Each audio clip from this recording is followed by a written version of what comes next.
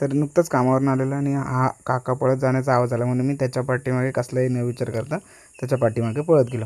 पळत गेल्याच्यानंतर मग असं समजलं की आपल्याला रानात जायचं आहे. तर कशासाठी हे काहीच माहिती नव्हतं. मग मी पण त्याच्या पाठीपाठी निघालो. पुढे गेल्यावरती त्याला विचारलं तर काय झालं, तर काका म्हटला, अरे काय विषय नाही, रानात रानरेडा अडकला आहे, त्याला काढायला जायचं आहे. तर मग तसा पण काकावरती असं जरा विश्वास नाही, कारण की काकाचं काय काम असलं तर काका बोलतो, असं सांगतो की हे झालं ते झालं, चला चला. तर मग त्यानंतर मी त्याच्या पाठनं गेलो. मग त्याने सांगितलं की खरंच अडकला आहे. मग थोडा विश्वास बसला. त्यानंतर मग तो म्हटला की फॉरेस्टची गाडी पण येते. सो फॉरेस्टची गाडीला बघितल्यावरती जरा माझ्यावरती मनात विश्वास बसला की बाबा खरंच काका आपल्याला फसवत नाही, आपल्याला जायला पाहिजे. मग आम्ही फॉरेस्टच्या गाडीत बसलो आणि निघालो. गाडीवर रानात जात नाही. मग आम्ही तिथे गाडी खाली लावलेली आणि मग ज्यांनी ते पडलेलं पाहिलं होतं त्यांच्याकडं निघालो आम्ही. आणि फॉरेस्टचे ऑफिसर पण आमच्यासोबत होते.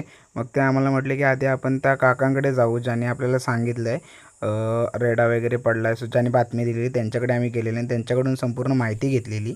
तर गाईज हा ब्लॉग शेवटपर्यंत नक्की बघा आणि तुम्हाला हा ब्लॉग बघायला आवडेल. आम्ही रस्सा वगैरे घेऊन फुल तयारीत निघालो होतो. तर ते आम्हाला माहिती देत होतं. त्याला आधार मिळत नाही काय आधार म्हणजे काचा असा आहे ना, पाणी पहिले ना आला, पाणी पिला त्यावेळेला तेव्हा पाणी पाय लागलेलं बघितलं आम्ही. वरती उशाला पाण्याची आला, तिथून काय आलं पाणी माहिती घेतलेली की कुठे आहे कसं आहे. आणि मग ते बोलले की मी पण येतो. मग ते आमच्यासोबत आम्हाला वाट दाखवायला आले होते.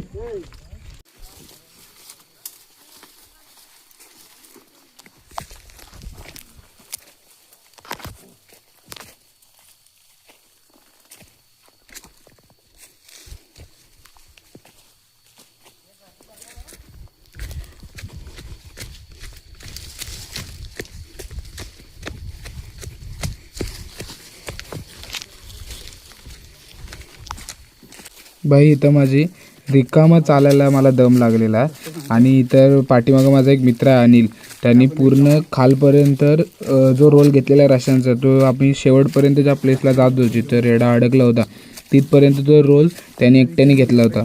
मी त्याला विचारलं की घेऊ का, तर तो म्हटला नाही मी घेतो. हा बघा तो एवढा मोठा रोल आहे, पूर्णपणे त्याने एकट्याने आणला नॉन स्टॉप. भाव स्टार्ट टू एंड. फायनली लोकेशनला पोचलेलं आहे. मला सगळं पद्धतशीरमध्ये दाखवून द्या.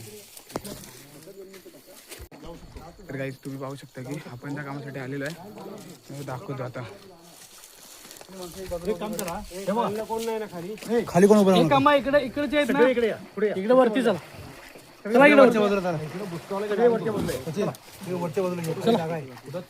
खाली जागा खाली मोकळं ठेवा, खाली कोण जाऊ नका. चला चला तिकडे चला तिकडे तिकडे चला चला सगळे वरच्या बाजूला पुढे दगड पडलं पाहिजे, पुढे दगड पडलं पाहिजे.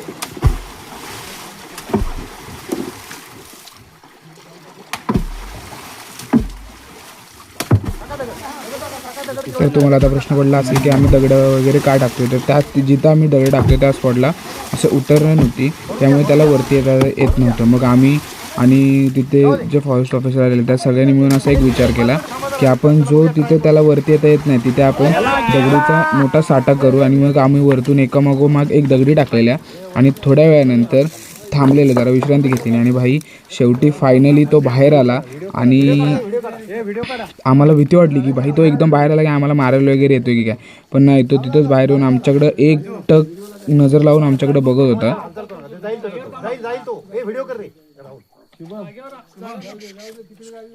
बोलू नका.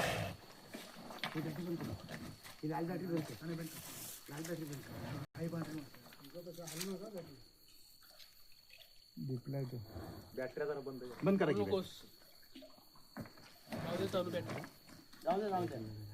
तो बाहेर पडल्याच्या नंतर तिथे थोडा वेळ थांबला. आमच्याकडे पुन्हा एकदा एक मान वळून बघितलं आणि त्याला बहुतेक आम्हाला थँक्यू वगैरे बोलत होते, कारण की आम्ही त्याचा एवढा मोठा जीव वाचवला होता. सो तो मला थँक्यू बोलला आणि मग त्यांनी आपला रस्ता जायचा मार्ग पकडला. आम्हाला जरा वाटलं की परत येतो येतो, पण नाही. फायनली शेवटीला त्याने त्याचा ज्या रस्त्याने आला होता त्याच रस्त्याने तो निघून गेला. तर जगात असं कोणतंच सुख नाही की आपण कोणाचा तरी जीव वाचवला ना, हे सुख सगळ्यातलं एक खूप मोठं सुख असतं.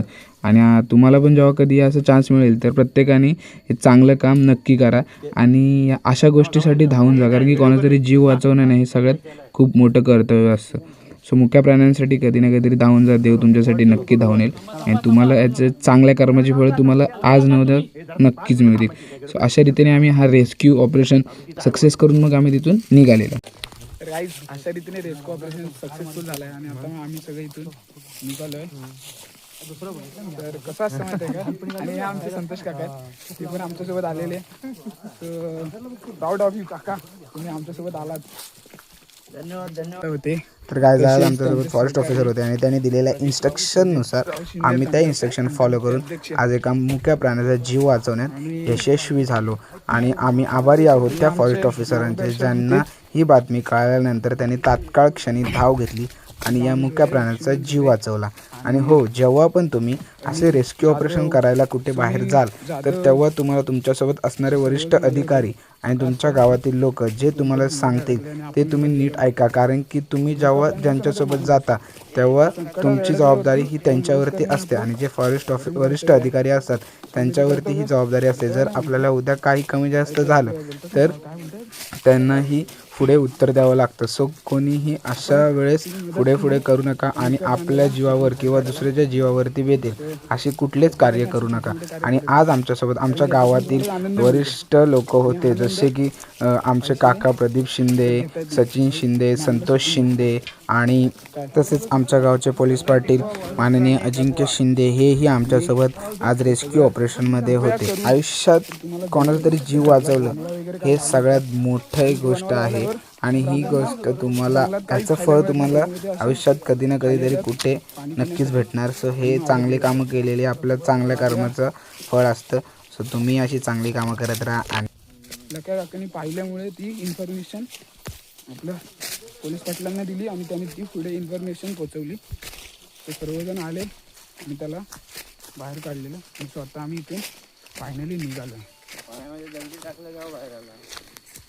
अजून खूप सारे लोक होते, तर सगळ्यांचे मनापासून आभार. तुम्ही आलात आणि हा मुक्या प्राण्याचा जीव वाचवला.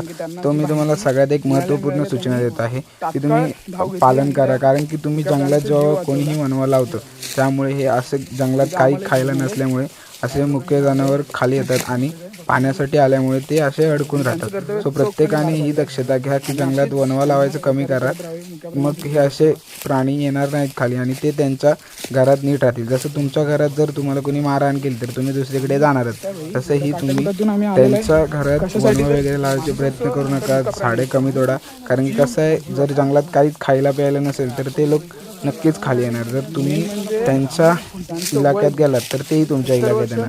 आणि एक गोष्ट लक्षात ठेवा की जंगल हे फक्त माणसाची गरज भागू शकतं, हाव भागवू शकत नाही.